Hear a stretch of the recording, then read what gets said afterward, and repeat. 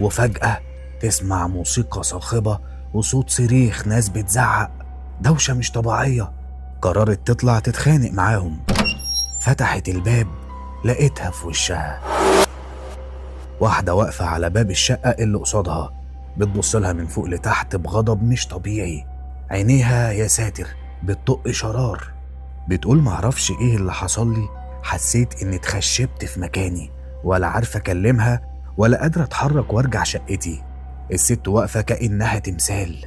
عدت دقيقة وهي ميتة من الرعب ومش عارفة ايه السبب، لحد ما قدرت تتحرك. رجعت شقتها وقفلت الباب بكل حذر، وساعتها كل الأصوات اختفت. هدوء مقبض. فين وفين لما جالها نوم، وده بعد ما عدى أكتر من 3 ساعات بعد الموقف ده.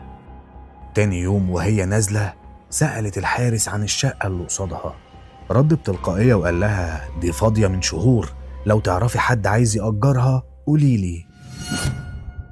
ولحد النهاردة مفيش حاجة اتكررت، لكن عمرها ما نسيت البنت اللي كانت قاعدة على السلم، ولا الست اللي طلعت من شقة المفروض إنها فاضية.